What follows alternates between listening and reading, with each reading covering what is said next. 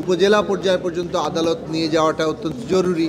এই কারণে যে জেলা শহরে আদালত থাকার কারণেই আমাদের দেশের জনগণের যারা বিভিন্নভাবে গ্রাম থেকে শুরু করে উপজেলা পর্যায়ে যারা বিভিন্ন মামলার ক্ষেত্রে অভিযুক্ত হন অথবা মামলায় জড়িয়ে পড়েন, তারা নানাভাবেই একটা হয়রানির শিকার হন, আর্থিকভাবে ক্ষতিগ্রস্ত হন এবং তাদেরকে অনেক সময় জেলা শহরে গিয়ে বেশ অনেকটা সময় থাকতে হয়, নানা ধরনের দুর্ভোগ পোহাতে হয়।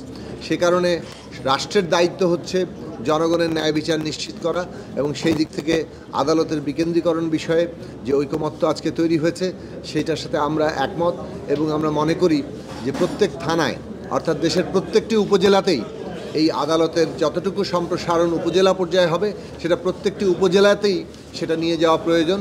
এখানে বিভিন্ন রকম মত আছে। আমাদের মত হচ্ছে উপজেলা পর্যায়ে সবগুলো উপজেলায় না হলে কোনো উপজেলায় আদালত আছে কিন্তু অন্য কোনো উপজেলায় নাই, এটা ভবিষ্যতে আরেক ধরনের সংকটের জন্ম দিতে পারে।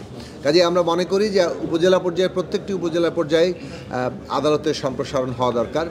জরুরি অবস্থা বিধানের ক্ষেত্রে আমাদের মতামত আমরা দিয়েছি, যেহেতু বিশ্বের বিভিন্ন গণতান্ত্রিক দেশে জরুরি অবস্থার বিধান রয়েছে, বিশেষভাবে প্রাকৃতিক দুর্যোগ থেকে শুরু করে যুদ্ধ পরিস্থিতি থেকে শুরু করে অনেকগুলো প্রশ্নে জরুরি অবস্থার মতো পরিস্থিতি তৈরি হতে পারে।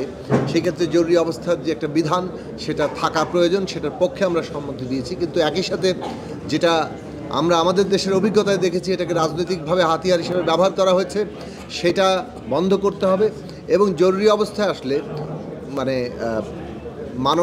জনগণের যে অধিকার, সেই অধিকার যথাসম্ভব অক্ষুণ্ণ রাখতে হবে।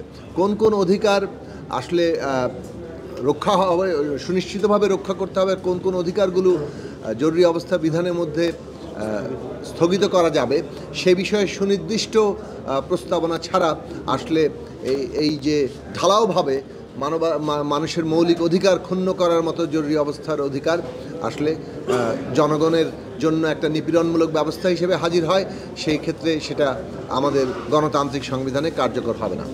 আমরা আশা করি আমরা আরও ঐক্যর জায়গায় পৌঁছাতে পারবো এবং একটা জাতীয় সনদ তৈরির মধ্য দিয়ে বাংলাদেশের গণতান্ত্রিক প্রক্রিয়া আমরা সম্পন্ন করতে পারবো। আপনাদের সবাইকে ধন্যবাদ।